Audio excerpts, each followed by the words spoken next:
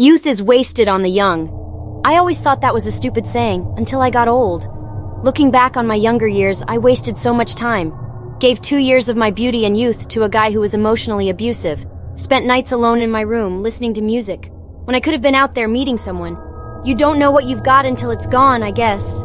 And it was gone. Well, almost. 37 years old. Time slipping through my fingers. A flower starting to wilt.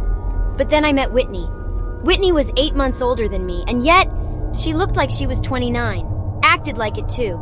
She was the fun one, bringing youthful enthusiasm to our mom group while the rest of us gulped coffee down by the gallon and looked like zombies. I couldn't figure out how she did it all. How she stayed so thin. How her face looked so beautiful. How she had the energy of someone just out of college. One day I brought my son over for a play date, and while they were playing video games upstairs, I asked her, "How do you do it?" I asked, sipping on a tea. "You have like twice the energy I do, and you look amazing." She let out a little giggle. "All about moisturizing," she said, "and drinking lots of water." "Moisturize me," I replied, imitating that centuries-old character from Doctor Who. She laughed. "But seriously, that's all it is? If I drink a gallon of water a day and buy some face cream, I'll look like you?" Okay, I admit, I was subtly trying to get her to admit she'd gotten work done, or that she had a full-time nanny while she slept 10 hours a day, because it wasn't fair. Standing next to each other, I looked like I had 10 years on her. And if it was really Botox that worked its wonders, hell, maybe I'd give it a try. "Okay, I'll let you in on a little secret." I knew it. I leaned forward eagerly, waiting for her to spill. Except there's no way I could have predicted the words that came out of her mouth. "It's because of the porcelain lady." I frowned. When she didn't elaborate, I asked, "What? That's like some beauty salon or something?" She smiled and shook her head. "No." I sat there confused. But then it dawned on me. The porcelain lady sounded like it could be a euphemism for a drug, like Molly and Mary Jane are. Now that I thought about it, wasn't using women's names for drugs kind of sexist? "Oh, it's a drug," I whispered. "I guess you could call it that," she said, still smiling. What's that supposed to mean? Either it's a drug or it isn't. But I took her response as being coy. As a little wink and nod, a subtle signal that I was supposed to pick up on, that yes, it's a drug, but I'm too much of a lady to admit I'm actually doing drugs. "If you're interested, I can hook you up." Dread settled in my stomach. I'd never ever done drugs. Not even weed. They kind of scared me, to be honest. Like, what if I murdered someone because the drugs made me think it was a rabid dog attacking me? What if it's like Oculus, where you don't know what's real and fake and you kill a whole bunch of people based on your own perception of things? "Sorry, I don't really do drugs," I said lamely. "Oh no, it's not a drug, she said. "I just meant that, well, never mind. You're not interested." She waved her hand away. "No, I am interested." "Okay, how about this? Why don't you come over tonight, after dinner? I can tell you all about everything, and you can decide whether or not it's right for you." Okay? I guess I can do that. But just when I was getting excited, she said something that sucked all the air out of my lungs. "You know, you can even make money with this. I know a couple who retired at 30. "Oh no, it's an MLM. Multi-level marketing. Pyramid scheme." I swallowed. If I showed up tonight, it would probably be a 3-hour presentation on how to sell some beauty cream on Facebook, and how I had to pay $200 for the starter kit. But Whitney looked so beautiful across the table from me. Blue eyes sparkling, not a single wrinkle on her face. Body rail thin, like she could land a modeling job this instant. Maybe this product, cream, diet pill, whatever, actually worked. "I'll see you after dinner. Around 8? "That's perfect," she replied, shooting me a show-stopping smile. I did some Googling at home, but nothing came up for the porcelain lady, which was weird because most beauty MLMs are all over Facebook, Instagram, TikTok. I mean, if there isn't a Facebook group you can invite random high school acquaintances to, is it even an MLM? I drove over at 10 till. When I pulled into the driveway, though, Whitney's house was mostly dark. Maybe she forgot we were going to meet up, I thought. But as soon as I got up to the door, it swung open and she gave me a big hug. But when I stepped in, things seemed a little off. The first thing I noticed was the smell. Like spices or potpourri or something, but not in a good way. It was like sweet cinnamon and fresh pine and punchy cayenne all mixed together in a cake no one would eat. Oh no, this better not be some essential oils crap. Frowning, I followed her into the dining room, but surprisingly, I didn't see any sort of display set up on the table. There was just a single tea light candle flickering brightly in the dark house. Why don't you sit? Whitney asked, taking a seat at the table. Oh, okay. I sat across from her and a chill went down my spine. Whitney's face, lit in the harsh shadows of the candlelight, didn't look so pretty anymore. Deep shadows seeped into her eye sockets and the hollows of her cheeks, flickering and dancing as if her face were morphing before my eyes. Now I want you to close your eyes, she said, closing her own and taking a deep breath, and imagine the end of your life. What? Imagine you're almost 80 years old. It's hard to get out of bed.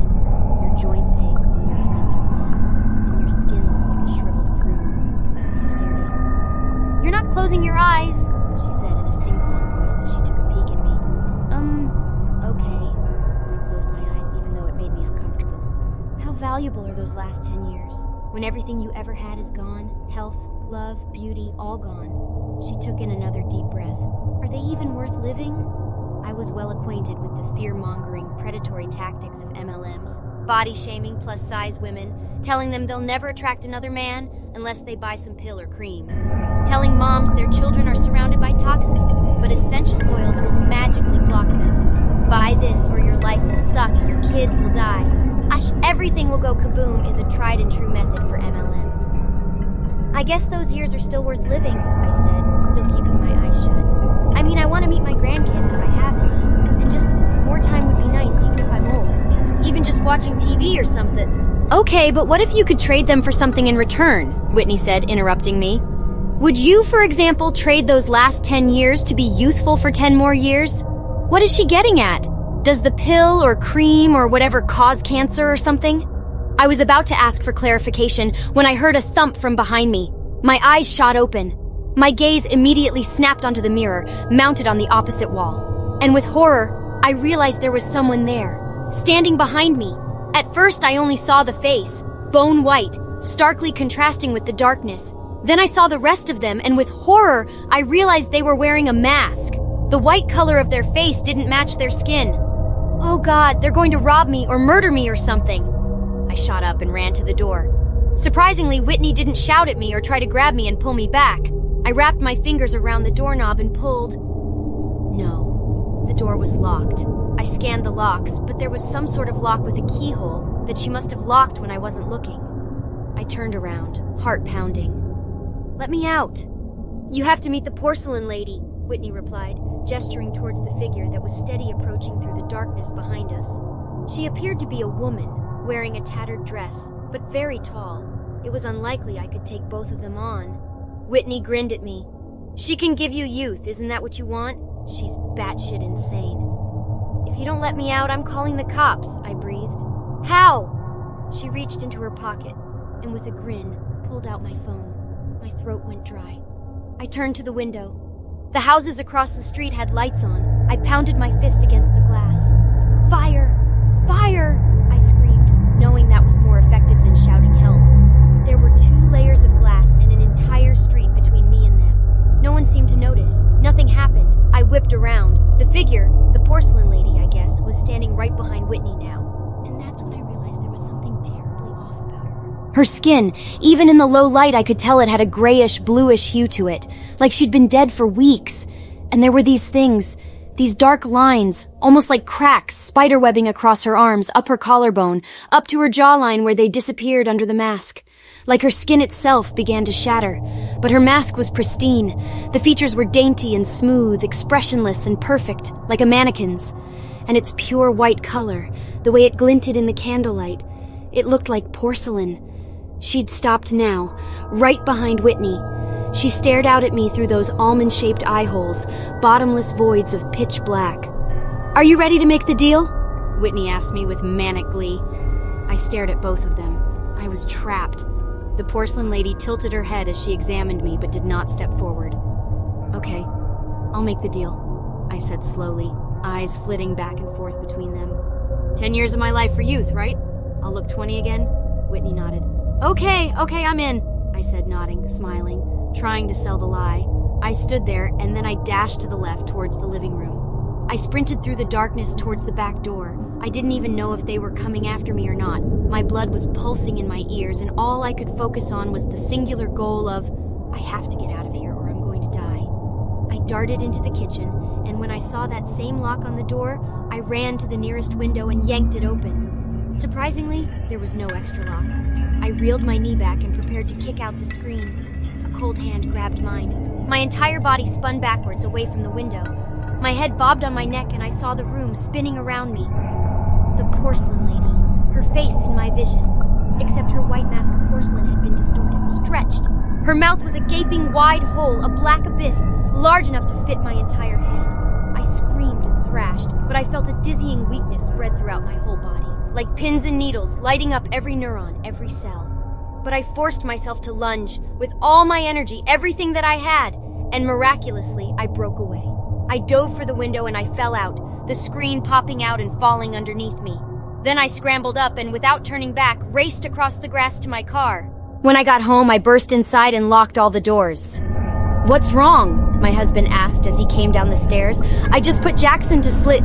He stopped dead on the stairs. His mouth hung open as he stared at me. "What?" I asked as I turned away from the door. But somewhere deep down, I already knew what he was going to say. "You look different," he said, still frozen on the stairs. "So young."